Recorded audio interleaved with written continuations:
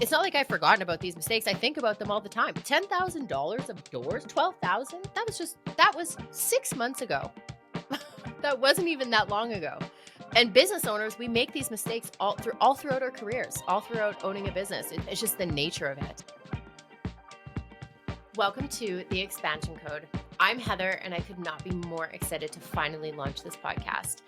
This is the space where we dive into all things business, growth, leadership, and team expansion. I am really passionate about building something bigger than myself, sharing knowledge, and creating opportunities for others to thrive. I started solo, and now I lead a team of over 50. So trust me, I know the highs and the challenges and the incredible moments that come with scaling a business. Throughout this podcast, I'll be sharing insights, strategies, and conversations with some truly incredible guests. We are going to cover everything from marketing and leadership to mindset shifts and business expansion. So my goal is to give you real, actionable takeaways that you can apply to your own journey. Let's dive in, learn together, and unlock what's next. Welcome to the Expansion Code. Welcome back to another episode of the Expansion Code. I am Heather Dick, your host. Today, I'm by myself, all by myself. That was my singing debut on Spotify and Apple. Today's episode was triggered by a mastermind that I was a part of, talking about being vulnerable with my audience. And I struggle with this, being a perfectionist by nature, and also being in the field that I am in. I am coaching individuals to make more money, scale their businesses, grow their teams, et cetera, et cetera. So then I get a little bit of imposter syndrome thinking, how can I coach these individuals when I've made these mistakes myself? Well, I can coach you because I've made these mistakes myself. And so because I've learned from all of these insanely expensive mistakes, I can now go out into the world and guide beauty professionals and bridal hair and makeup artists in the other way. The lessons and mistakes I'm going to be talking about today total about $40,000. There's 5 of them. Do the math. That's not a lot. Not a lot of mistakes. It's a lot of money. And that's just the ones that I'm talking about on this podcast. If you are a business owner, you've made a mistake. I can guarantee it. There's not one business owner out there that has not made a very expensive mistake.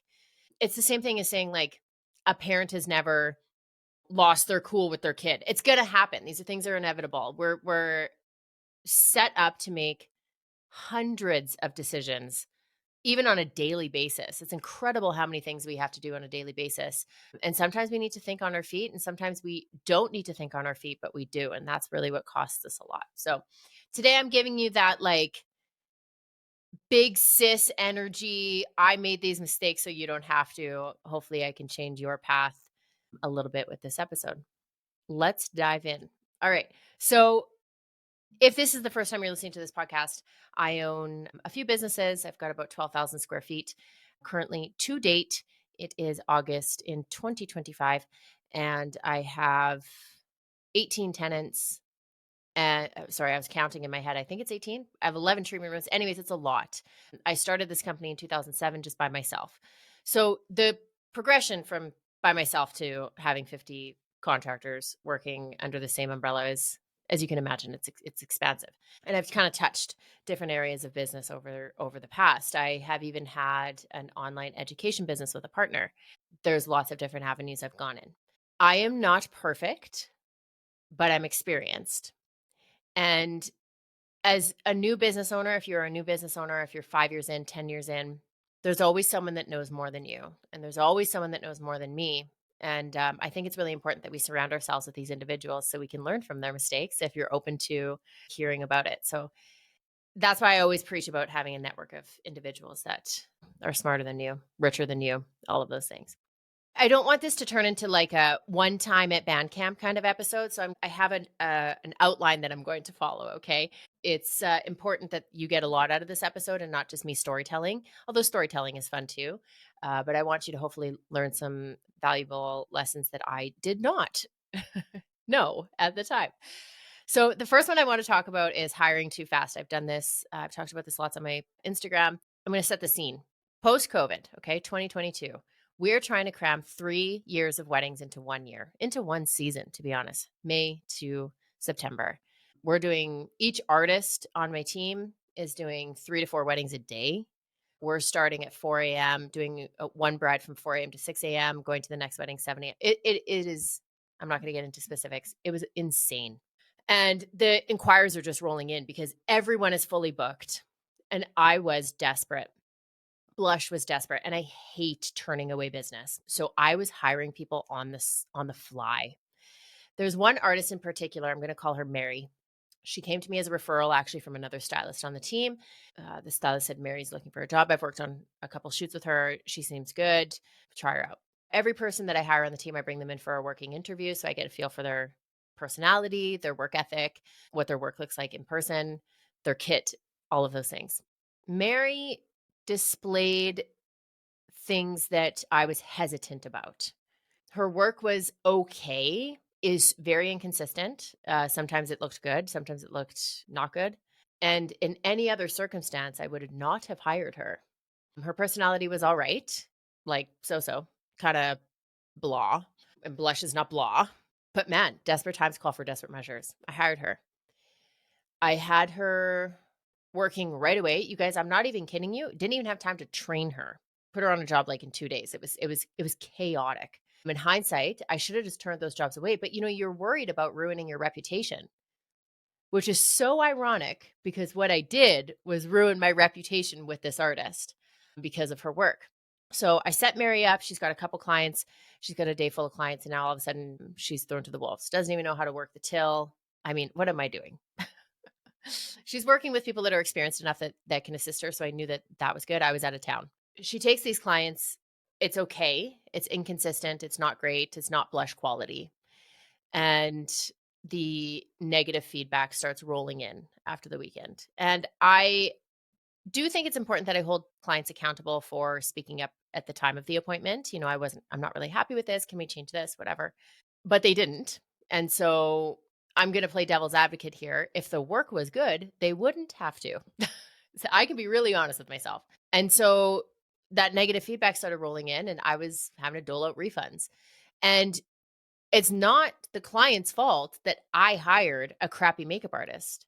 They trusted me to book them with someone that was a blush quality, blush standard, and I basically lied to them. So it was my due diligence to give them a refund. There's only been a handful of times that I've given refunds in Blush's existence, and this is a few of them. So the amount of money lost there was $500 that I can measure.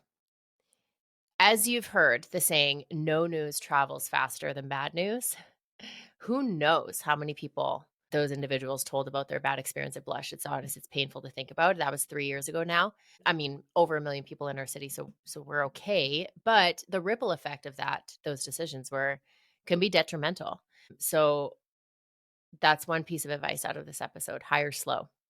The next mistake, expensive mistake, was with an expansion. Our latest expansion, we took over the space next door, 8,000 square feet. I was not really prepared. It was an opportunity that I had to say yes to if I wanted to continue to grow, and I'm very happy I did.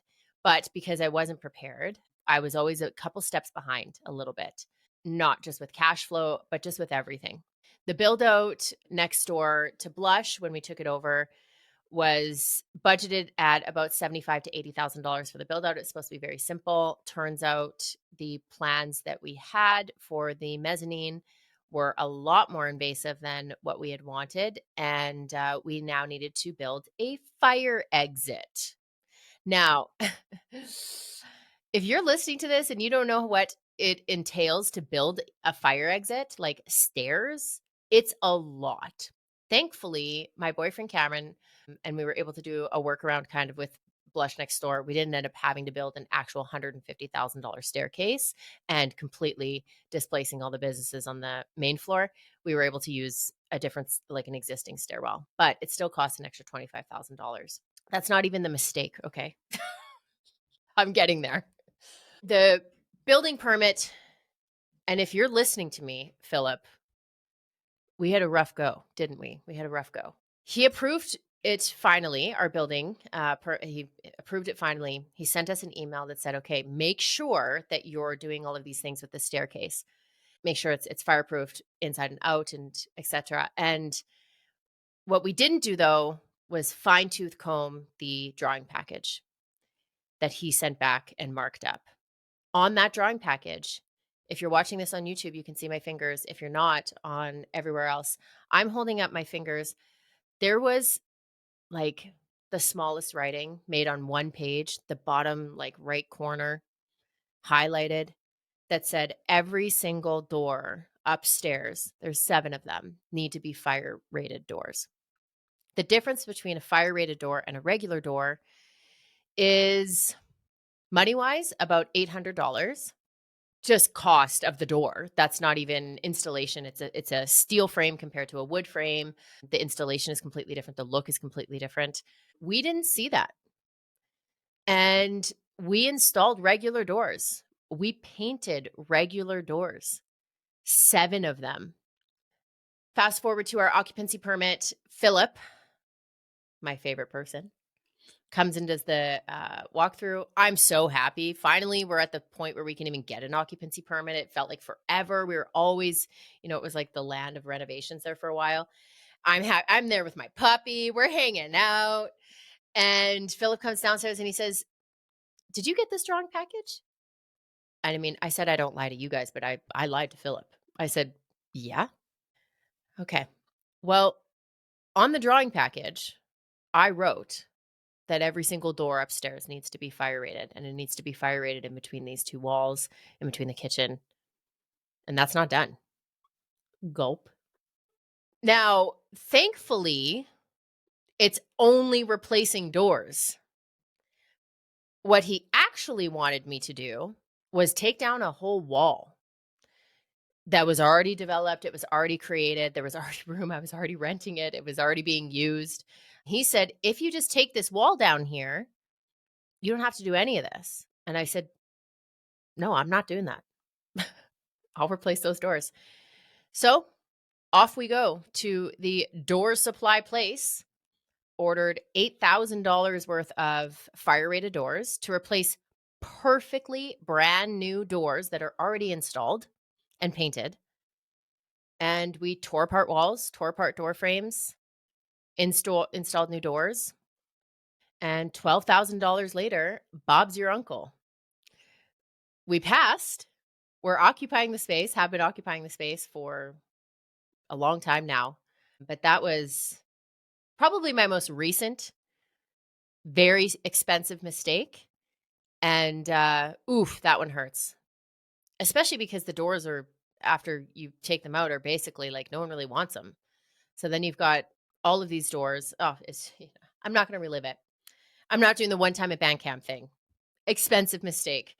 So if the lesson there is do your due diligence, fine tooth comb. And, when you have someone, a general contractor, consultant of sorts, these are the things that they go through. Okay, we need to take a little break because, shocker, this podcast is brought to you by my flagship company, Blush, and I need to give a shout out. So, not only does Blush sponsor my lavish lifestyle, it also sponsors this podcast. Shouts. If you know me, you know that I do not play around when it comes to beauty and self care, and that's why Blush is your one stop shop for looking and feeling your best. We genuinely do it all: hair, makeup, nails, massage, tattoo, medi spa. Basically, if it makes you feel like a goddess, we probably offer it. So, whether you're looking for a fresh balayage or a relaxing massage or a little of that I woke up like this glow, we've got the experts to make it happen. Think of it as self care, but with a little extra love, sunshine, and family.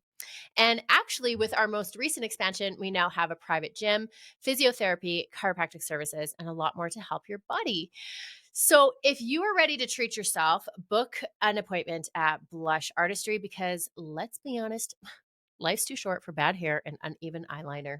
You can find us at blush-artistry.ca or over on Instagram at blushartistrymua. Back to the episode. The next item on my list is underpricing your services, losing money on your services. I have done this multiple times. I'm going to talk about my own personal experiences with this because I was an active makeup artist in blush up until about a couple of years ago. And it was specifically with destination weddings. I'm not sure what the deal is in my head about destination weddings. I've got a little real lack mentality with it. I want them so badly, so I always underprice them. I always underquote just because I really want them. And then I end up paying to work someone's wedding. And not just a couple $100, it's usually a couple thousand. So I'll give you one example specifically. We have a team on Vancouver Island. We had 2 weddings back to back. I was going to work both of them for hair. So how it worked out, it's the 26th and the 27th of the month.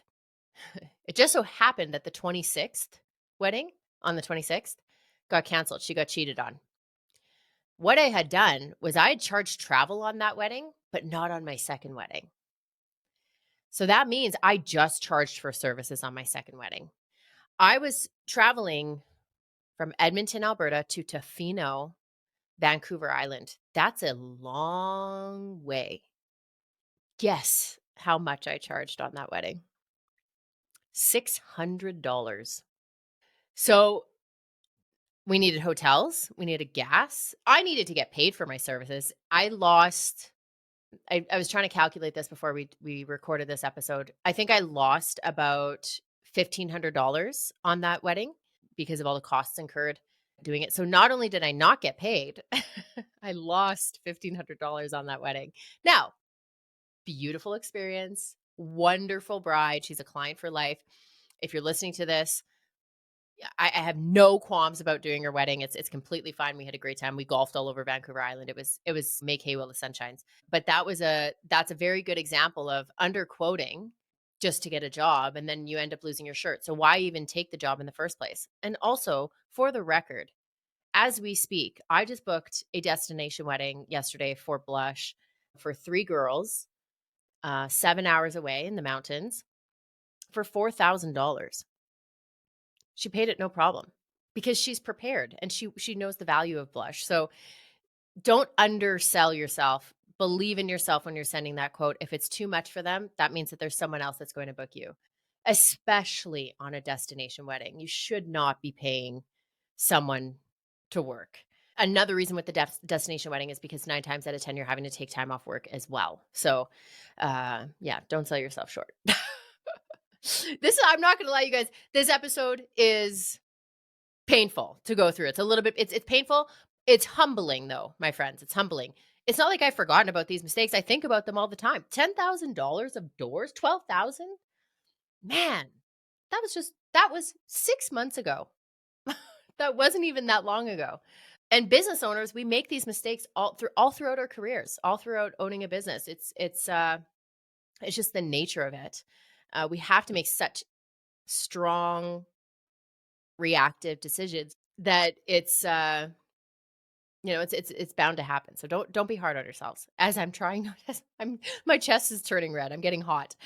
Another one that as I was introspective on this, and this has happened a couple times. It hasn't happened a lot, but it is something that has cost us money. Accidentally quoting the wrong amount, and the bride or your client approving it, and then you can't go back. So legally, if you've sent off a contract and a quote, let's say you send a quote to a bride for $2,000 for X amount of services, and then you realize that you misquoting by 3 services, that's your fault. That's not the client's fault. You should not. And if you do this, you need to really think about how you're doing business. You should not be going back to that client and asking them for more money. That's your mistake as a business owner. You make that mistake once, twice, that's it. I've made that mistake twice.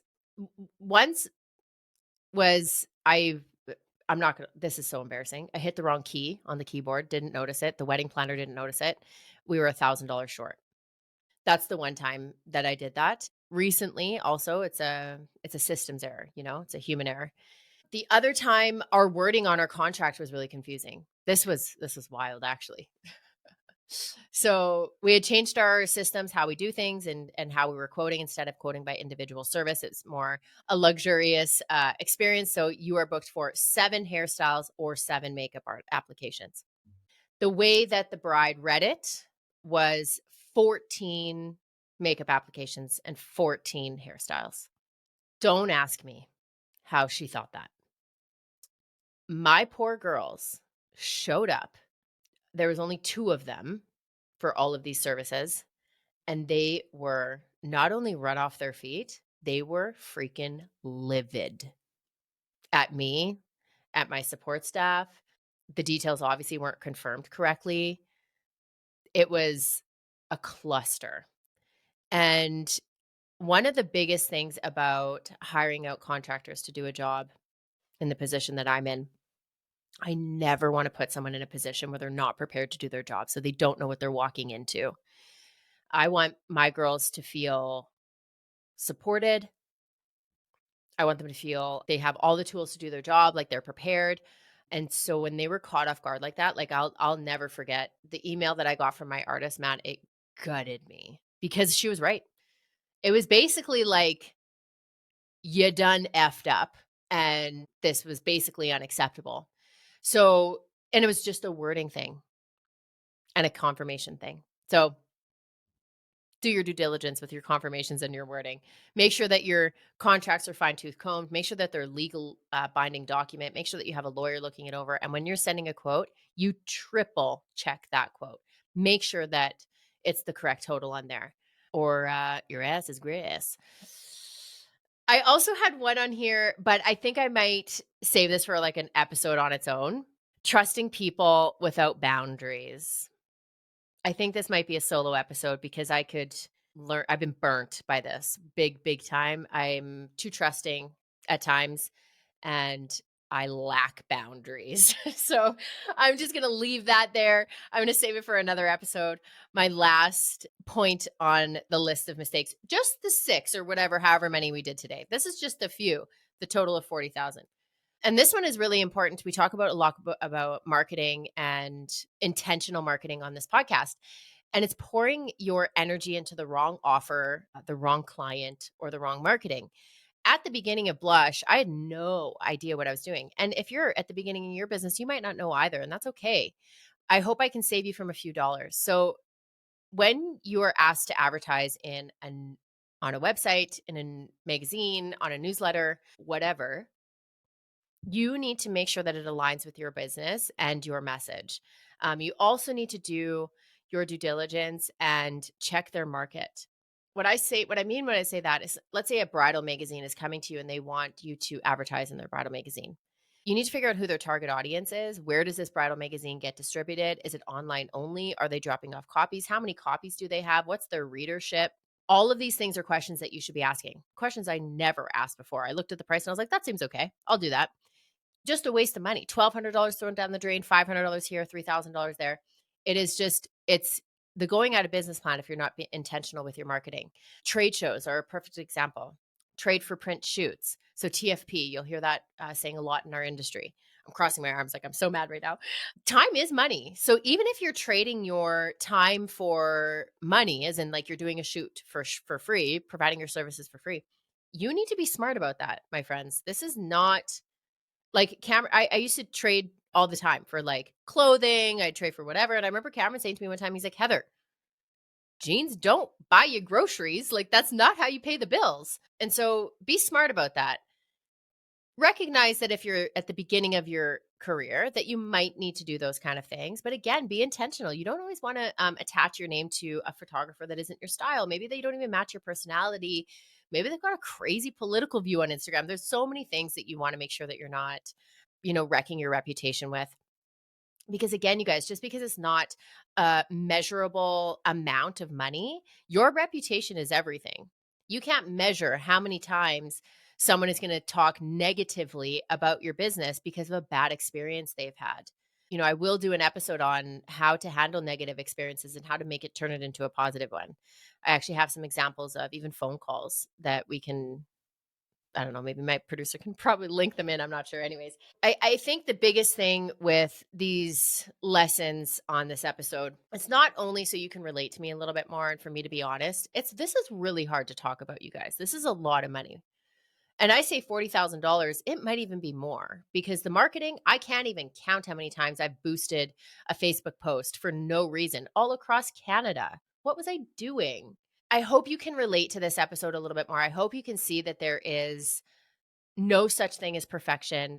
There's experience, there's lessons, and we learn by failing and we learn by doing. And so saying yes to things is very important, but saying yes with intention is just as important. I challenge you to do things a little slower. I challenge you to take your time if you are able to. If your hot water tank is broken, that's literally happening right now at society. But if your hot water tank is broken and you need a quick fix and you need water, fix it. That's not something to sleep on.